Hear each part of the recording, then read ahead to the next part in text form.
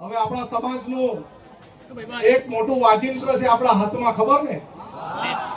વાળો મુઠ્ઠી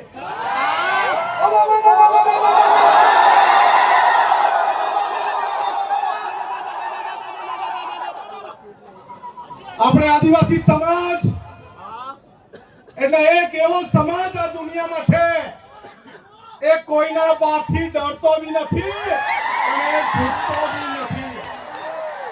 એ આ ચેતરભાઈએ સાબિત કરી દીધું છે.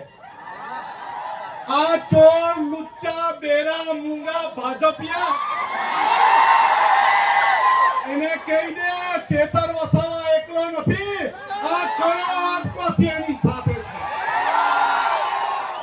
અરે અમને અહીંથી આદેશ આપવામાં આવે ચેતરભાઈ જો જેલમાંથી ક્યાંય જેલ ભરો આંદોલન કરવાનું છે, આપણે જેલ ભરો આંદોલન કરવાનું છે.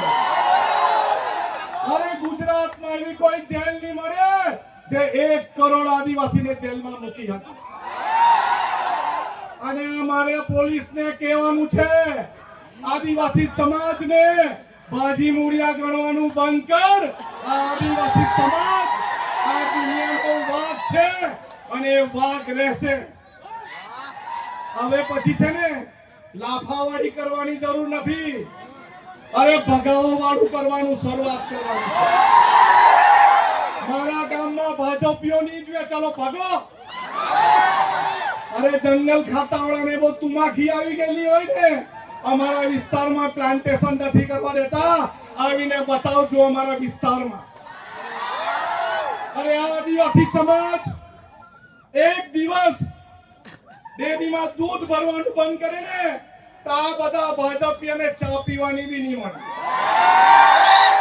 અરે આદિવાસી સમાજ પોતાના વિસ્તારમાં પડેલું વરસાદનું પાણી રોકી દે ને તો ધોવાના બી ફાફા થઈ જાય. આપણે એક રહેવાનું છે. પાર્ટી પક્ષમાં જ્ઞાતિના ફાટામાં ફટવાનું નથી, બટવાનું નથી, વેચાવાનું નથી. આપણે બોર્ડર લેસ બનવાનું છે.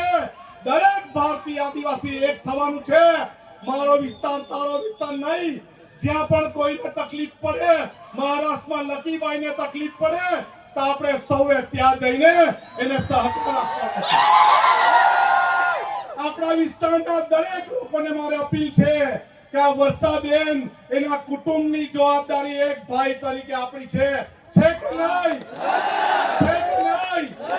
અને પોલીસ વાળા, અહીંના પોલીસ વાળાને બી કહેવા માંગુ છું, તમારામાં તાકાત હોય ને આવનારા દિવસમાં જેલ ભરો આંદોલન કરવાના, ત્યારે અમને અટકાવજો. અમે લડવા તૈયાર છે.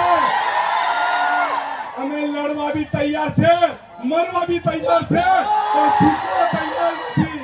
આપણે કદી ઝૂક્યા નથી અને ઝૂકશું પણ નથી. દરેક હાથ ઊંચો કરીને કહેવું, આપણે સૌ હાથ ઊંચો કરીને કહેવું બધા, આપણે સૌ ચેતરભાઈના સમર્થનમાં છે. આ સરકાર નહીં સમજે, આવનારા દિવસમાં જેલ ભરો આંદોલન કરીશું અને કરીશું. સૌનો આભાર. જય જોહાર.